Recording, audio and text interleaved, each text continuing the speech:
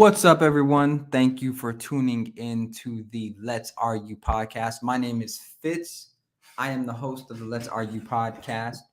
And today, I don't want to hold you guys too long. I know it's a Sunday, but I wanted to get on and speak about something that recently happened on a Joe Rogan interview, right? For those of you unfamiliar who Joe Rogan is, probably not many, but he is also in the podcasting world, and he interviews many different people from many different backgrounds, from comedians to people within the scientific community to just politicians, anyone that you can pretty much think of. And he recently had someone named Patrick Bet David on, or PBD for short. Now, Patrick Bet David is an entrepreneur, businessman. He's in the insurance industry and in the entertainment industry, and he also has a very well-known podcast called the PBD podcast. Make sure you go check it out. Also, go check out Joe Rogan's podcast, the Joe Rogan Experience. I think they're both very useful. Background information. I have been watching the Joe Rogan podcast or Joe Rogan Experience for about 5 or 6 years. I really started watching it when I was in college, when he would interview people like Elon Musk, people like Kanye West, and more, I just found myself being very intrigued by the people he had on. So I'm a long time Joe Rogan supporter, long time Joe Rogan podcast supporter. So that gives you a little bit of background into my experience with both of these people and the podcast world. So I'll jump right in.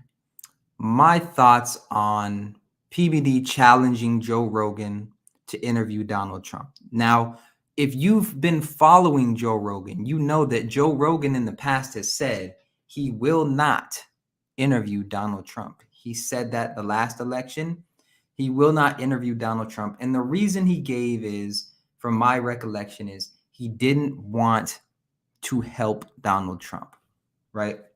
That's what he said based on what I know. Now, if someone can correct me on that, maybe put the video or put a link to something that refutes that in the description. But that's my understanding of why he did not want to interview Donald Trump in the past. Okay. So Patrick Bet David, if you watch his podcast, what you know is that PBD leans more to the right, more to the Republican side, and he leans more towards a Trump supporter. He's someone that he talks about very conservative ideas and values. He actually has people from the left and the right on, but you can tell just by watching him that he leans more towards being a Trump supporter. And he's also spoken very openly on his podcast about how he thinks Joe Rogan needs to interview Donald Trump. All right. So that gets me here. I was watching a recent interview where Joe Rogan was interviewing PBD, Patrick Bet David. And Patrick just comes straight out and he says, "So when are you having Trump on?" And I was honestly expecting, and if you have not gone and watched this yet, go into YouTube and type in Joe Rogan interviews PBD. And it should pop up about Joe Rogan talking to PBD about interviewing Trump. But I was expecting when PBD asked Joe Rogan, "When are you having Trump on?" I was expecting Joe Rogan to say, "I'm not having him on. I'm not interviewing him," just like he did in the past. But to my surprise, Joe Rogan kind of changed his perspective, changed what he, I guess, thought of the situation, because he said, "Who knows? Maybe," right? Maybe. And for me, I got excited, right? I got excited about this because for the longest time, I also have held the opinion that Joe Rogan should interview Donald Trump, right? Not because I'm some fanatic Donald Trump supporter. Follow me here. I'm going to take it a step further. I don't think Joe Rogan should interview him. I think he needs to interview Donald Trump. And here's why. Because for the longest time, here's how politics has gone. You have a politician who they get on stage or they go on these news channels. They get 5 minutes to talk about a very nuanced, complex issue.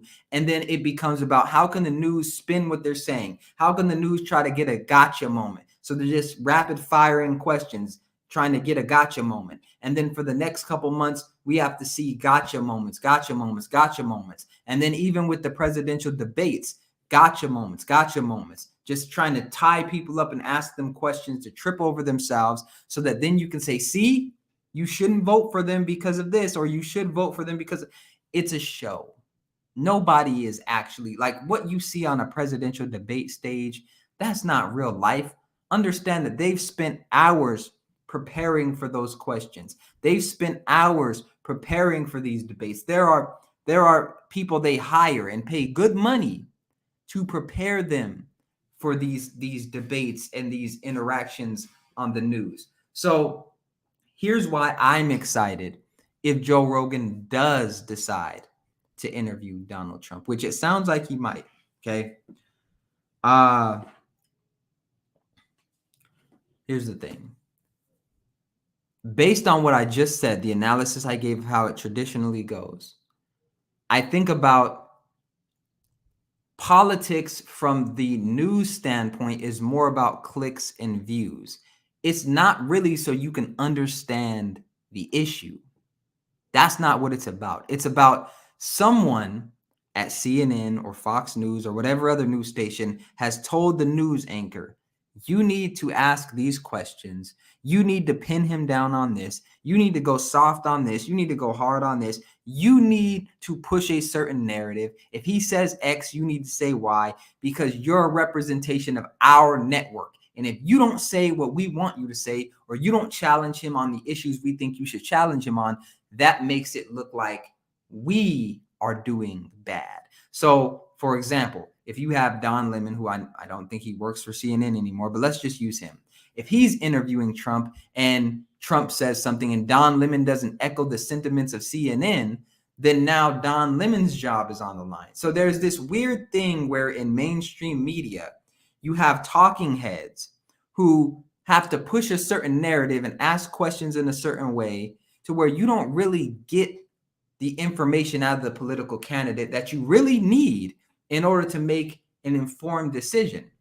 I mean, the way that you have better processes for doing a job interview than you have for really understanding and vetting a presidential candidate. Like, imagine if you went to a job and that job interview was just about the people that are, working there already, crapping on you or trying to get a gotcha moment. Hey, where did you work in the past? But phrasing it in a way to where it's like a gotcha moment or we have a little TV show that we play to the employees to get views and they pay for this and that. You would never have anybody that wanted to do those interviews or take them seriously, or you would never actually get the information out of them that you were looking for. That's how it is with these presidential elections when you're on the debate stage, when you go on these major networks. So the reason why I think Joe Rogan needs to interview Donald Trump is because you're going to have a major shift in politics and a major shift in the way that presidential candidates run. You're already seeing this. Most of the information that I know about presidential candidates has come from them being on podcasts and doing long form content interviews. I don't even really want to watch the CNN version or the Fox version where they're on for 5 minutes and they're trying to dissect and analyze the problem at the border. We know what that's about. The future of presidential races, presidential elections is going to be podcasting and going to be these long form interviews where you can really pull the information out. Tying that back to Joe Rogan, if Joe Rogan interviews Donald Trump and we see a side of Trump that we've never seen before, that would be the wake-up call to the mainstream media that you have to step your game up. See, the system is backwards in this way, right? If we would have started out, like, let's say podcasting and long form interviews and things like that and technology was available way like 100, 200 years ago, right? Let's say that that's the way it started out, where we started out doing long form content on presidential candidates or whatever person is running for office. Do you think we would have half of the lying that we would have in politics? Probably not. Because if you sit down and talk to somebody for 3 hours, if they're BSing, it's a lot easier to tell versus you only saw them for 5 minutes and they said X, Y, and Z, right? A 3 hour conversation. Imagine that. You're on Joe Rogan. You have a 3 hour conversation with someone who is going to ask you tough questions, who's going to have their own ideas, who's going to throw things at you that are going to maybe trip you up or get you to think in a different way, right? You have somebody like that, or you have somebody that's paid millions of dollars to get on CNN or get on one of these news platforms, say not what they think, but to say what their higher ups think, and be put under so much pressure that they're pretty much just a puppet. Who do you want interviewing somebody who's running for president of the United States or an important position? Someone real or someone fake? Joe Rogan represents the average American, I think, better than anybody in mainstream media could ever represent, for the simple fact is that Joe Rogan, he talks to everybody, and he's able to get in there and ask specific questions that the media, the mainstream media, just would never allow, right? And so one of the things that I wrote down is, I believe, and I'm going to state this. Ooh, Joe Rogan, yes. So I'm rooting for Joe Rogan to interview Donald Trump. I really am, because I believe if Joe Rogan, and let me know what you guys think of this in the comments. Do you think that if Joe Rogan interviewed Donald Trump, that it would change politics, the way that politics is done in terms of running for an presidential position, in terms of how presidential candidates or really any elected official has to think about their public perception and the way they express ideas? Like, think about it. In the past, it's just been, you get on the news channels, you say a couple words, you make sure you're good for 5 minutes, 10 minutes, and that's it. Maybe you have one or two interviews that go 10, 15 minutes.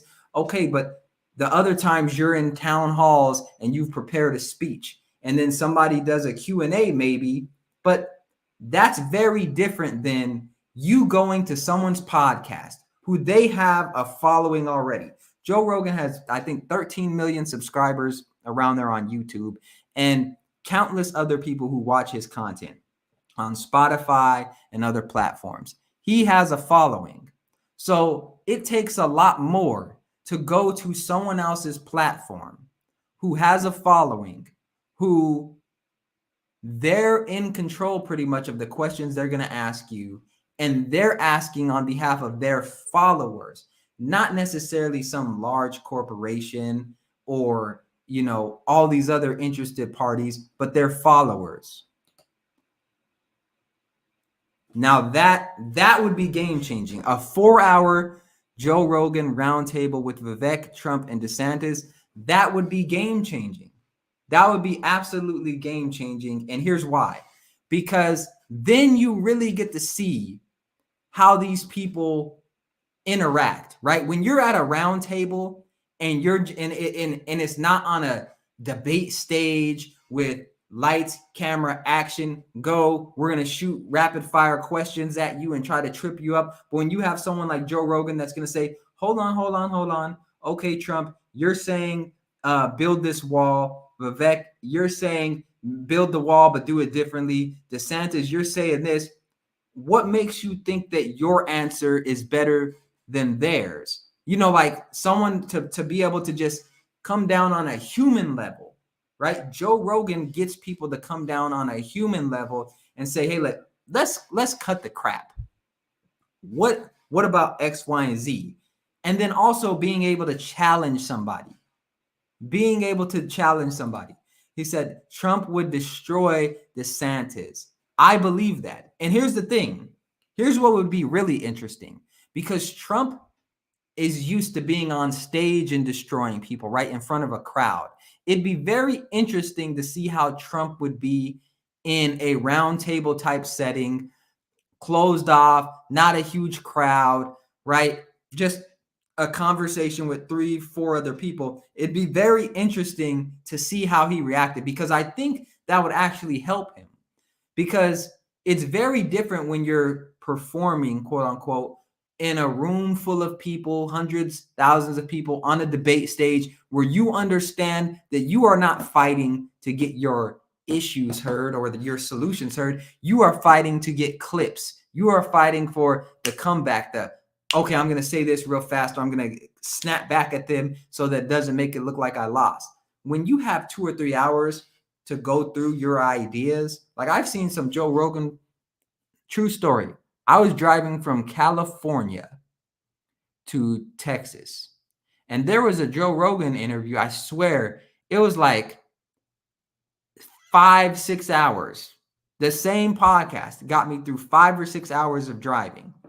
And if you had that for these political candidates, I think it would eliminate much of the problems that we see around lying, around making false promises. Like a 5-hour roundtable, that'd probably be more content, more quality content than many of these little press junkets they go on throughout the year and all this other stuff. Said, yes, exactly. That way, maybe a bit of your favorite candidate gets exposed a little or to a large extent, but at least nobody gets away with BS. Exactly. Nobody gets away with BS. There is no, well, CNN likes them better or such and such likes them better. Because here's the thing, right? If you go on Joe Rogan, even if you say, well, Joe Rogan's going to be biased, right? Joe Rogan's going to be biased, and he's not going to ask him the tough questions because he wants a Republican in office. Okay, well, you still have 2 or 3 more hours of content for you personally to go in and dissect and say, okay, here's where I thought, he said some things, he explained himself good. He had some time to sit down and really express himself. It's just a better way of doing things. It's a way better way of doing things. We rarely make decisions in life based on the way that they expect us to make decisions on these political candidates. Like, I'm way more into politics in the last couple of years than I was previously, because it's like, I don't trust these people. I don't trust them when they're doing the interviews. When it comes to these podcasters, some of these podcasters, you can go back years and see how they built themselves up and garnered a following. So it's more authentic. It's not some person that's working for this corporation that's doing X, Y, and Z.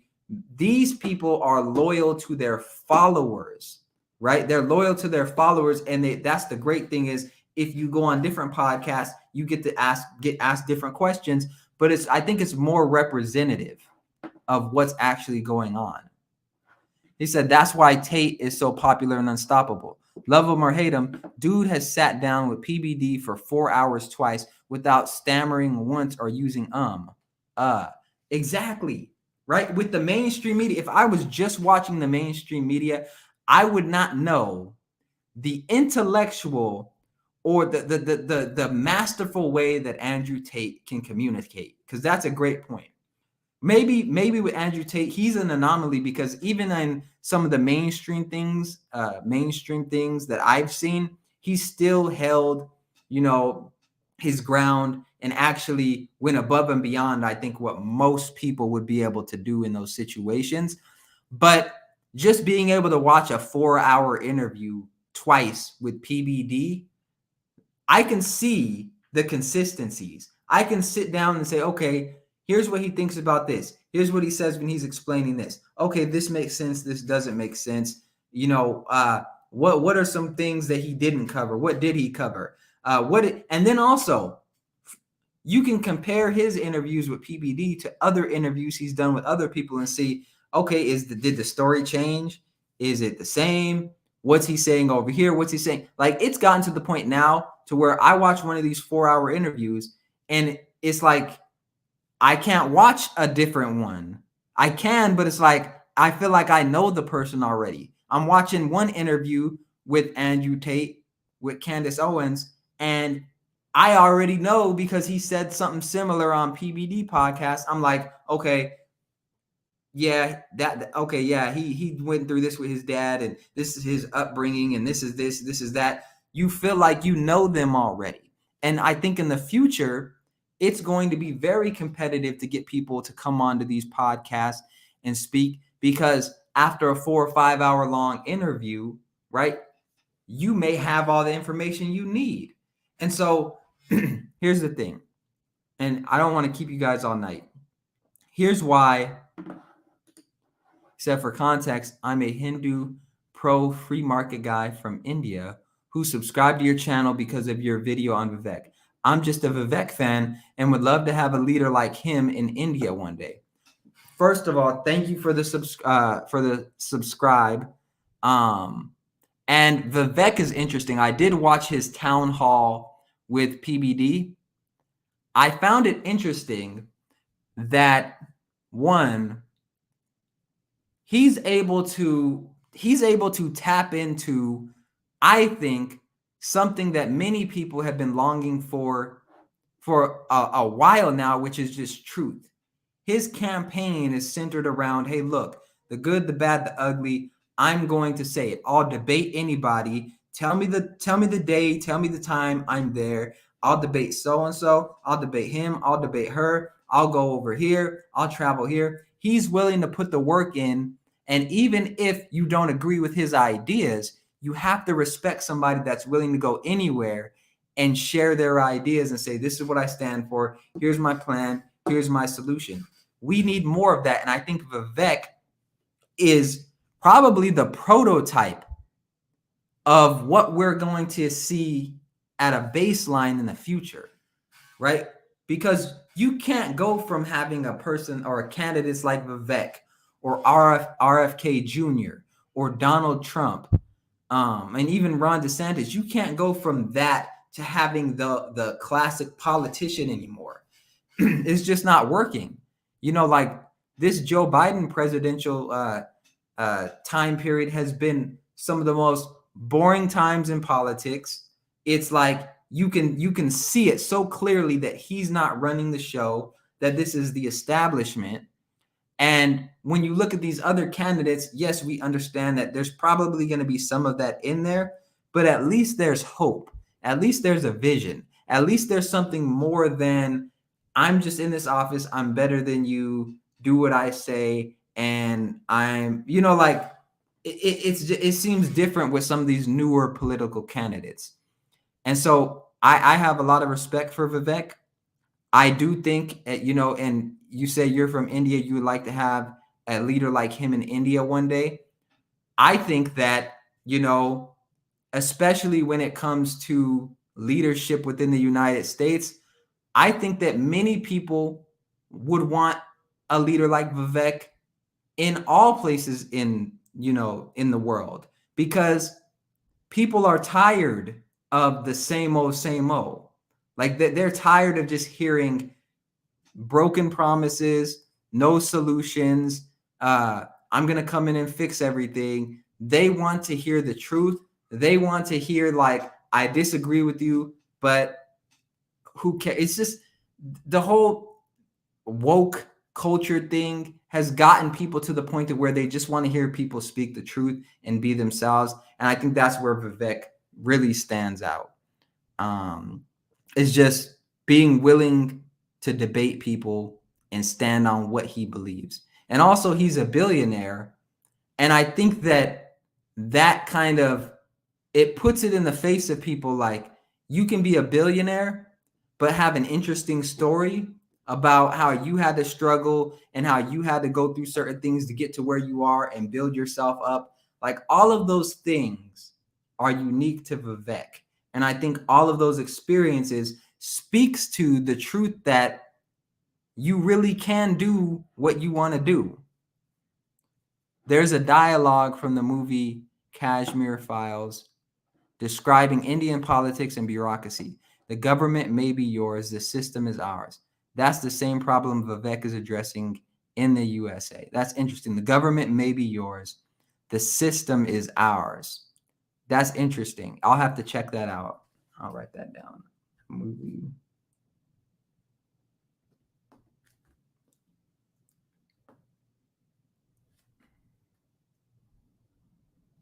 Kashmir Files. Okay, I'll check that out. The government may be yours, but the system is ours. It's tough. It's tough because on one hand, you have one party that says you need the government for everything in your life, pretty much. Without us, you're nothing. And then on one side, it says, okay, you don't need the government for everything. You're supposed to be accountable for yourself. If you aren't where you want to be in life, it's because of you. And the middle ground is really there's a combination of both of those that are true. The government should be involved in some things, not as much as they are, in my opinion. And also, you are accountable for yourself and your success. Your success is your responsibility, irregardless of the situations that life has handed you. The problem becomes where we get too extreme on one side, and now men are women and women are men. Now you can't say that you believe in this without getting canceled. Now you're every time you look around, your job is on the line for you just speaking your truth and not trying to offend anybody, but just trying to exercise your freedom of speech, freedom of thought, freedom of assembly, all of those things. I remember during the pandemic, you were actually laughed at if you said that you do your own research. If you do your own research, you were laughed at because it became such a political issue. And I have seen Vivek addressing some of those things as well. And I'm excited to see him debate some fellow Republicans. I'm excited to see him debate, hopefully, Donald Trump. And I would really like to see him debate RFK Jr. And that's something that I think would be very interesting. Even if he doesn't get elected, I think when you have someone like him that's willing to stand up and debate and push and prod, it can move the needle so much more than even just getting elected, right? Just pushing those ideas out and saying, hey, look, we need to be thinking about this. We need to be focusing on this. So I'll check out the Kashmir Files, and it sounds interesting.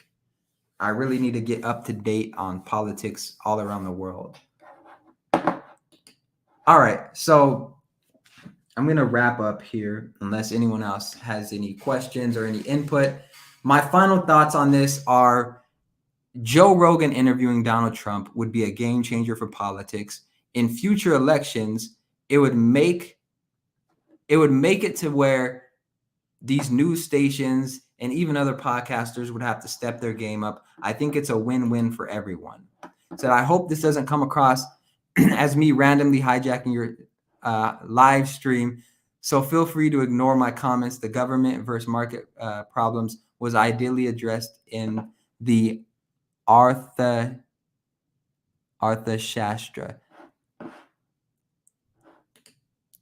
which was a 2,300-year-old book on politics. I'll write that down.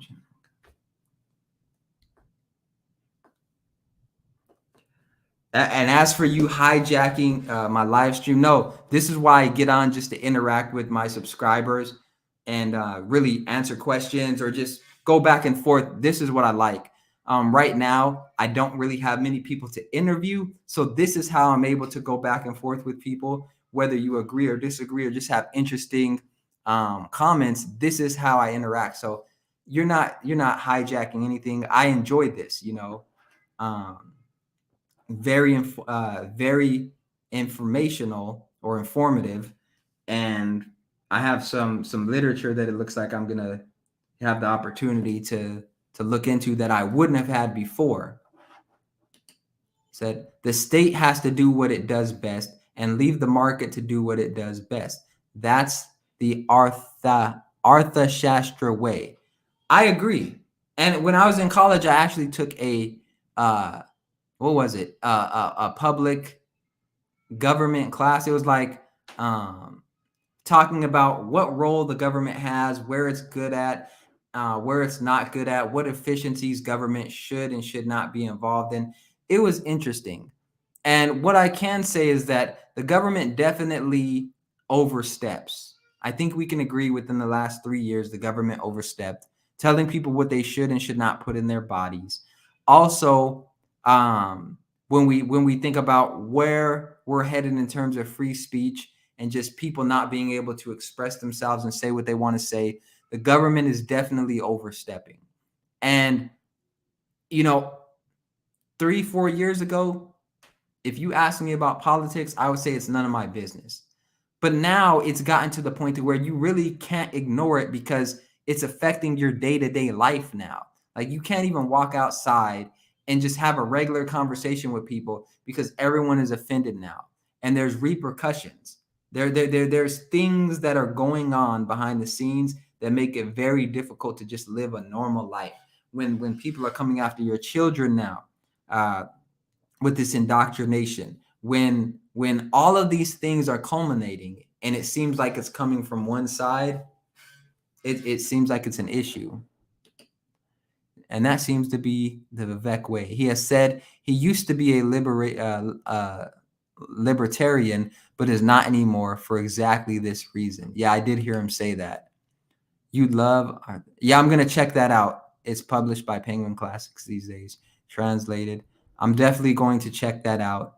Have you read RFK's book on Fauci? Crazy amount of legit citations in there, but they simply pretend like RFK is some random crazy dude.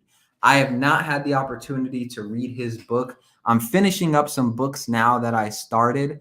But I have watched his podcast where he's talked about vaccines, where he's talked about some of the information that he's gone over. And I've got to say this because I have a background in research. And so I understand deeply what he's talking about with some of the controversies with these studies, where when you look at the study, it says something completely different than what the news will publish or what the media will have you believe is actually in the study.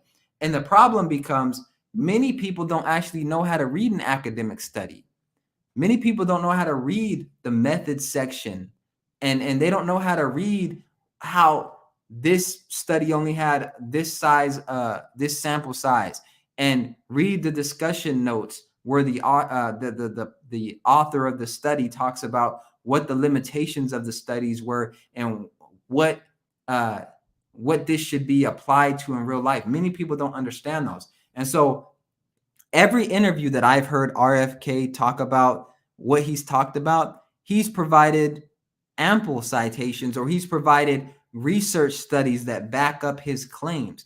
There's yet to be an interview that I've seen, and if you've seen it, maybe throw it in the chat, but there's yet to be an interview that I've seen where he's just pulled something out his ass and just made it up without any type of research or without any type of logic behind it. That's just something I haven't seen. And that's actually what got me more interested in him, is he was talking from a data standpoint, from a I've looked into this. I'm not just saying it. Someone's not paying me to say this. You can tell he spends a great deal of his time on the subject matter that he speaks about. You really feel like you're talking to somebody that's informed, because every question that's asked, he's coming back with like, this study showed this, and no, they showed this in 1970 and in 1980 this. Now, I would have to go back and look at the research studies to make my own opinion about those things, but him just saying it, it's like you can just quickly Google it and start down that trail if you choose to do that. I'm currently in the middle of Vivek's third book, Capitalist Punishment. Crazy how many laws BlackRock, State Street, Vanguard are in violation of. So I've yet to check out that book. But it, all in all, what I tell people is this. if you're going to get into politics or start spending a great amount of time thinking about these things, try to make it applicable to your life, but understand that politics can be a long game. And the best way that you can actually help is by doing something to develop yourself, personal development, because then you're actually able to go into your local community and make change. Then you're able to look at different patterns that are going on in the world and actually be of service. Actually be of service. Yes, the Antitrust Act of 1890, that exactly. I've briefly read on those, and what I'll say on the antitrust stuff is we're seeing a lot of this, a lot of the dangers of this with social media, when you have a few social media companies that control everything and then they censor you. I think this is the natural balance of life, right? You have Facebook and Instagram, and recently Twitter before Elon Musk took over, where they were censoring people. And it was clear they were censoring people who had one political perspective over another political perspective. And they start to censor and censor and censor. And then you say, how are they able to get away with this? Well, they're able to get away with this because they control so much of the market that people don't have an alternative. Well, now even with YouTube, you see alternatives like Rumble. You see with Twitter, it became something that was purchased by somebody that you would think wouldn't hold those perspectives, but did. And so it just goes to show you that, when you're in a situation where you hold too much power, people are going to fight back. People are going to fight back because they don't know how this is going to end, right? When you have too much concentrated power, now you have like just now it's coming out that the government was contacting Facebook and these other social media platforms to suppress information about the election, about the pandemic, about all of these things. And then you have to sit back and ask yourself, how do we get here? And it's because the government understands that if they're and maybe they're working in cahoots with them, because it would seem like it's more of a threat for the government if there's multiple companies that are out there from a social media standpoint that could put this information out. But if you just have Facebook and Instagram and Twitter, those are three companies you can kind of control and do this and do that. So I think the government is involved on some part in allowing some of these antitrust laws to be broken because it benefits them when it comes down to it, right? It benefits them when it comes down to it. This is why you started seeing more negative press around Elon Musk when he bought Twitter, because of those things. They don't want companies to say, look, government, you're the government, stay the hell out of our business. We're going to allow people to publish what they want. They don't want that. Very well said. I remember the quote from the American History X. The black professor says to the racist protagonist played by Edward Norton, what have you done that has made your life better?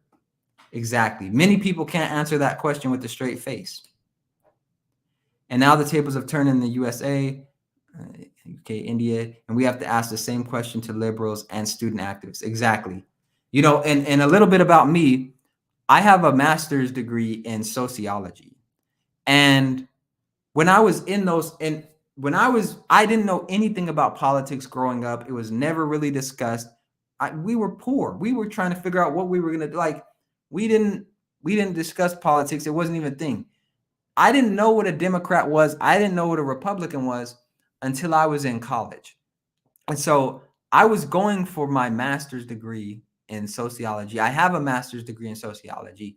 And this is where I started to learn more about politics. I started to see in the classroom that when I would say certain things, people would be like side-eyeing me. They'd be, like, he's not one of us. He's not one of us. And I started to see, like, I don't fit in here. I got into sociology because I wanted to study because I have a bachelor's in psychology, which is more about the individual. I wanted to learn about groups. I wanted to learn about how do groups better themselves? what do groups need to do? Because I wanted to help the Black community. And so what I decided was, okay, let me go for sociology. And so when I went for sociology, what I found was that many of the people within the department were stone cold liberals. There wasn't really this acceptance of diversity of thought. It was like everyone needed to be this PC, we could talk about white people, we could put white people down, but the moment somebody says, well, Black people actually aren't victims, there are people that would argue with me that I myself was a victim. People would get mad at me that I was saying I'm not a victim. They would debate me like, no, you're a victim because you suffer because white people have privilege, and because you're Black, you will never have white privilege, and that's you suffering, or that's you being at a disadvantage. And I would literally have debates in class with people about how I'm not a victim. And that got me thinking, like, how can I make the type of change that I want to make outside of this system? Because it's clear to me that this is going to be an uphill battle that I'm probably not going to win, right? I was on a track to get a PhD and decided to shift because I saw this. The field is very interesting to me, but it's the environment that made me feel like there were things that I had never even thought of were real. That if you would have asked me 4 years ago, I would have thought it was a joke. Like, they were in there really debating about, should a man hold the door open for a woman? If a man holds the door open for a woman, that's sexist. If a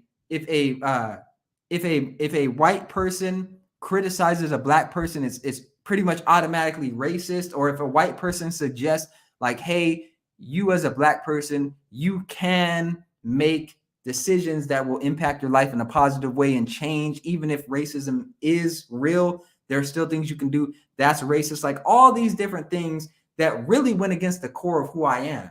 Because the only reason I was sitting in that classroom with the other people in there was because I did everything different than what they were saying.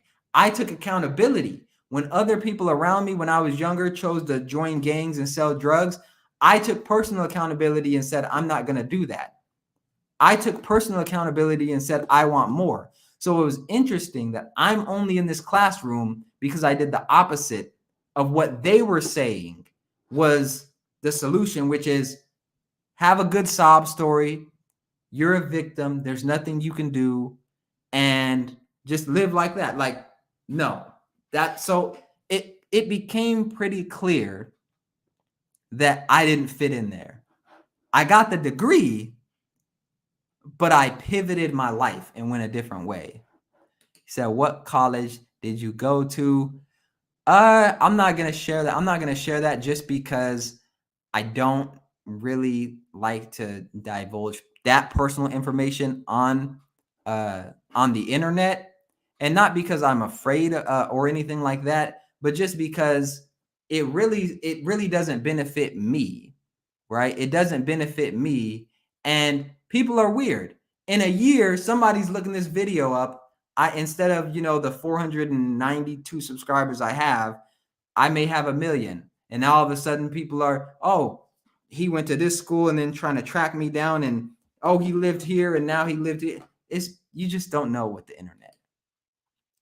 Wow, I am fiscally conservative and a Hindu, but my girlfriend is Marxist and is doing a PhD in sociology in South Florida, but we are both sane enough to have civil debates and still love each other.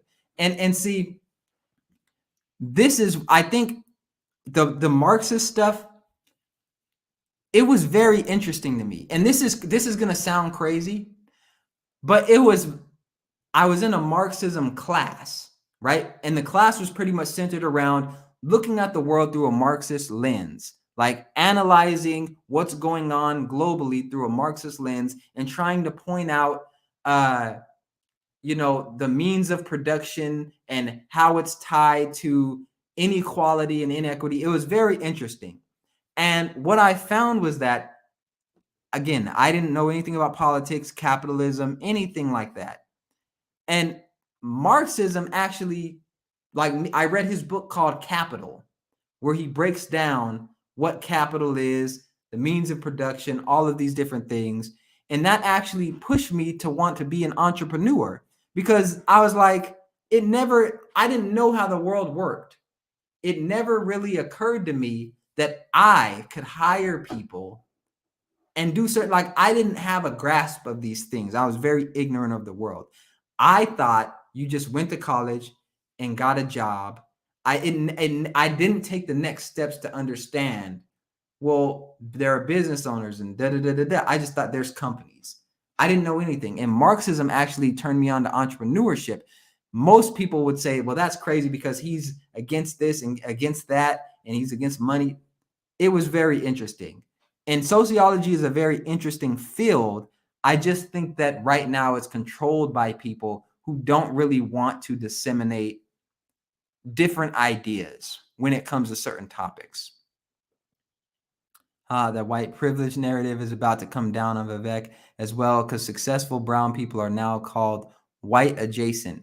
He is Brahmin, and so Marxists of the world are about to crap on Vivek for being Brahmin. Hinduism, India. It's crazy. If it's not, if it's not white, they're going to say something else. They're going to say that you have some type of privilege regardless. Best way we can both get around this by ignoring the criticism of America, American society, history, India, Hinduism, made by Marxists. They just hate everything that's good and do good in life. It's really simple, right? Like, if you come from a strong background, or you're committed to building a strong foundation and a strong background for your life, politics are going to go like this, but you're still headed somewhere. Many people who get involved in politics or who have an opinion, they're not headed anywhere. So of course they're freaked out when there's a new headline every day and oh, the world, there's aliens now and all this. They're not going anywhere, so it knocks them off their path, which I would say they're not really on a path, but it's this weird thing, right? I'm able to stay sane in all of this because I actually have goals. I actually know where I'm going. I just find this stuff interesting, and I'm able to articulate it and talk about it because I went to school for it for so many years, and I had to debate so many people that this is just what I do now. It's like second nature.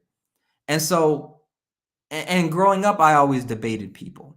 And I always held these strong beliefs that I could do whatever I want to do, regardless of my situation, regardless of what odds were against me. I'm going to put the work in, and I'm the type of person where I'm going to have to be on zero in order for me to admit, like, okay, this is, I did my best.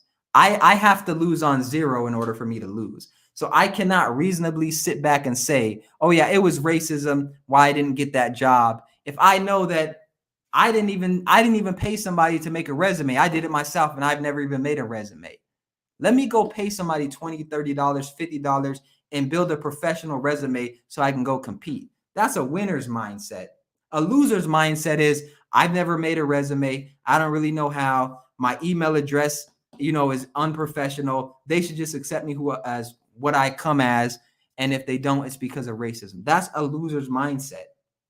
That's what they want me to have. Because if I have that, then it's easier for them to say, well, come vote for me, election time, and I'll make everything better. It's like, no, I don't need to vote for you to change my life. I can do that on my own. I'm voting for you to do what I tell you to do because you're a politician and you're supposed to work for me.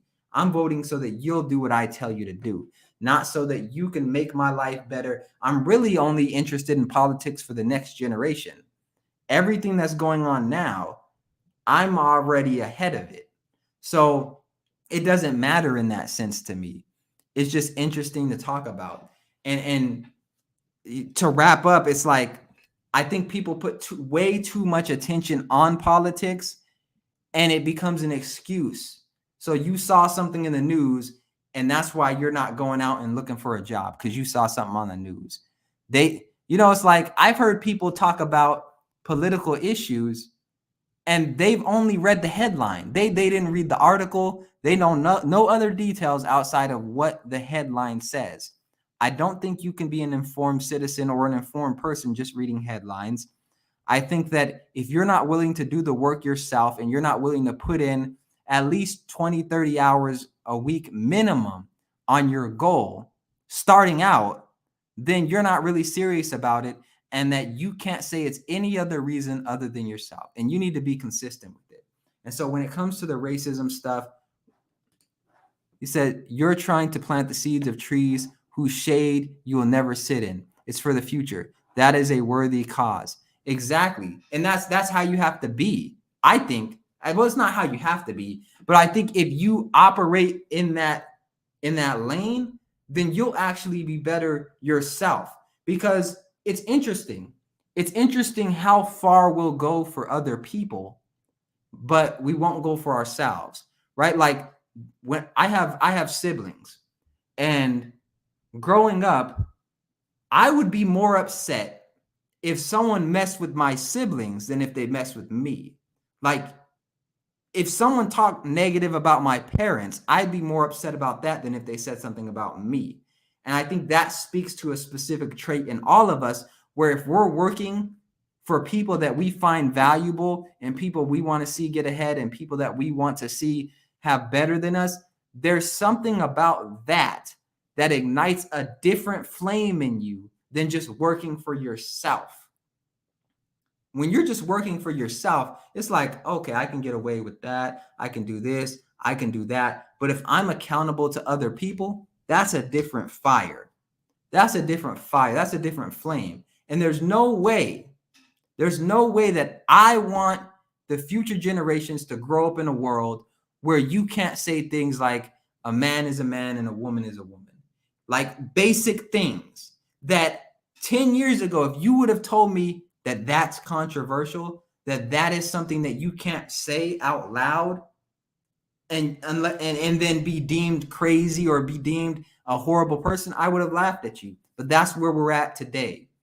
And it's not just that. It's like it's one of the things where if they can get away with that, what else can they get away with? Like if you can force people pretty much to believe that, what couldn't you force them to believe? Right? It's like, I don't want future generations to know.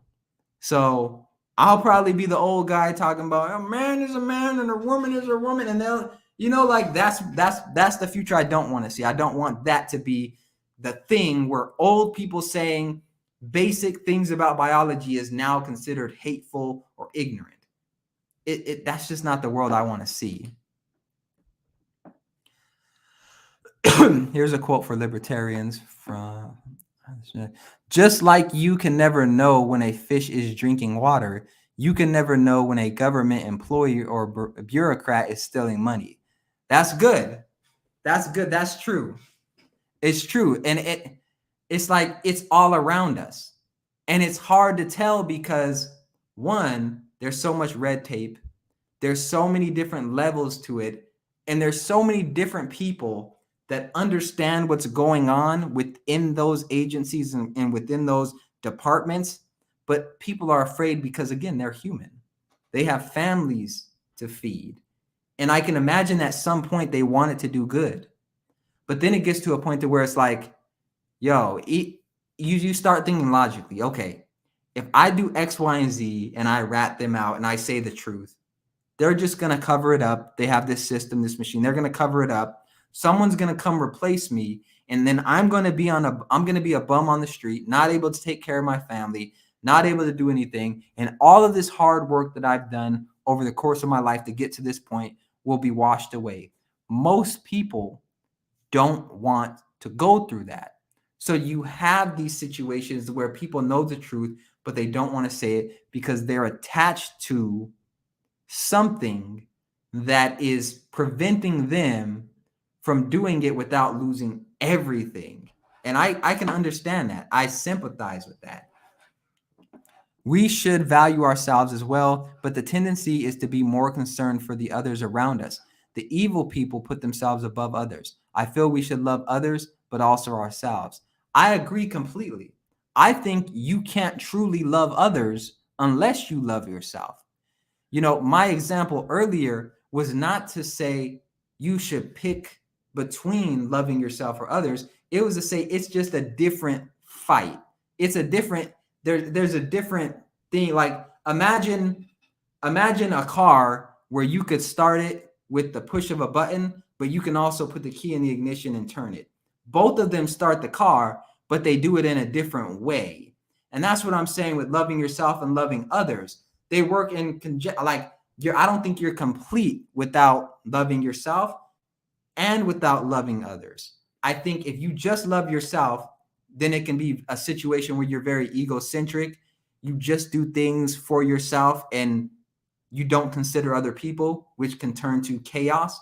And if you just love other people, you can do things and have them run you into the ground, and then you don't love yourself anymore and you're miserable. I think there's something special when you love yourself and you love other people, because the more you love yourself, you're able to pour into other people, and then it's just better for everyone and they get the real you. Like the more you love yourself, they get the real you. And I think that's important.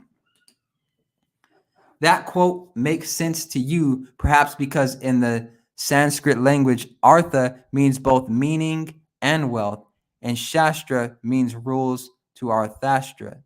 Artha shastra literally means rules for wealth / money.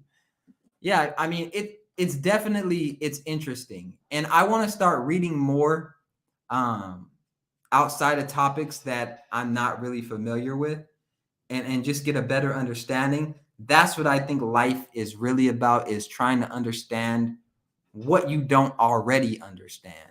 And for me, that excites me. That's what motivates me. That's what gets me pushing forward every single day. So with that being said, I'm gonna wrap up because I do have some chili that I'm making in the slow cooker, and it's done. And it's been cooking 3-4 hours and it's smelling good. So I appreciate everyone that tuned into this live. I wanted to get on and do something. I went a little bit over, but I appreciate everyone that contributed, that watched. Thank you for subscribing. Thank you for supporting. More content to come. Make sure you hit the like button if you have not. Just subscribe if you have not. Comment. Good vibes, all that great stuff. And I'll see you guys next time. Let me know any topics you want me to cover, and I'll see what I can do. Keep doing what you're doing, bro. Much love. I appreciate it. Thank y'all. Hope you have a productive week. I know it's Monday. Here's another quote from Arthrastra, wondering what be your take on it. Root of happiness is duty and faith. Okay. I can agree with that. And I would say when I was studying happiness in my undergraduate, I got into a lot of positive psychology. And my perspective on happiness changed because I used to think the goal should be to be happy, but happiness is more of an emotion based on my understanding, and it's really fulfillment, like an overall fulfillment. But I will speak to the happiness as being duty and faith. I do think you have a duty, and I look at duty as a standard, right? Like many people get upset when they come to me and they're telling me about their job and how they're not making enough money, and I say, well, your success is your responsibility. In other words, your success is your duty. So if they're not paying you enough, it's your fault for putting your financial success in the hands of somebody else, regardless of whether other people get paid more, other people get paid less, regardless of what the average salary is. At the end of the day, you chose to put your financial success in the hands of somebody else. So get what you're given. Get what you're given, or go take what you want. And I think that if you understand that your success is your duty, I think it's a different mindset. And as far as faith, I think it does go hand in hand with duty, because in order for you to step out and believe in yourself, you have to have faith in today's society, because you are constantly told from the time you are a child that you need to depend on somebody else. You can't do this, you can't do that. here's a structured way of doing things. And if you do X, Y, and Z, you'll be successful. If you deviate from it, you won't. So I think we have a duty to be faithful, and we have a duty to be faithful in understanding that we have value, understanding we're not always going to be happy, but that the goal should be for an overall sense of fulfillment. Do things that make you happy. Yes, do things that make you happy, but sometimes your goal is going to require you to do things that don't make you happy. And in those in those situations, understand that your duty comes before your happiness. As long as you understand your purpose and what you're doing, your duty will lead you in the right direction. And I like to use the word standards. Your standards will let you know what's the right thing, what's the wrong thing. Let's see. Root of duty and faith is wealth. Root of duty and faith is wealth. I'll have to think about that. Root of duty and faith is wealth. Okay, so the root of your duty and faith is wealth. Okay, I see. So in other words, your duty and faith is derived from wealth. So it starts at wealth, and wealth being abundance. That's how I think of wealth, abundance. And so let's see, root of governance is stoicism. Okay. Root of stoicism is humility. Root of humility is serving old people. That's the full quote. I'll have to look more into that. I heard Shia LaBeouf the other day say that he isn't concerned so much about being happy these days. Now he's concerned with being useful. That's an amazing perspective, because when you are useful, I think that you just get more awareness. Like there's nothing more fulfilling, in my opinion, to being useful to something bigger than yourself.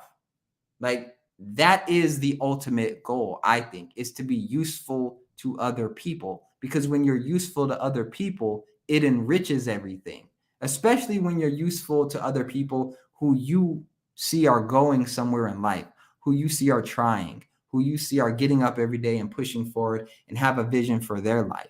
If you can help somebody with their vision and their goals, there's I don't think anything greater that you can do. It was great listening to you. Really like your vibe. We share similar ideas. So recommending two of my favorite authors and their best. In my opinion, so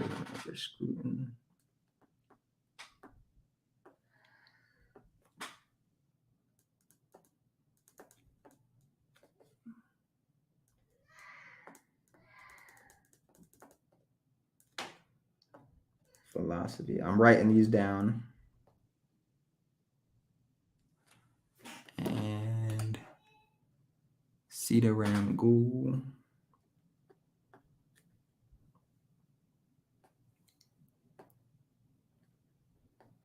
How I Became a Hindu.